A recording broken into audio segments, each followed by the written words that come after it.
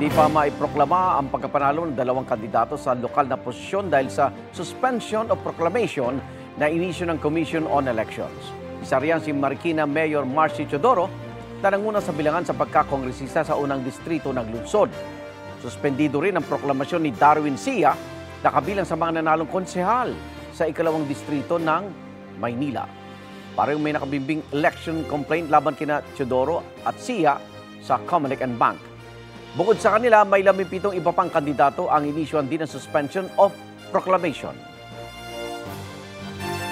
Igan, mauna ka sa mga balita, mag-subscribe na sa GMA Integrated News sa YouTube para sa iba't ibang ulat sa ating bansa.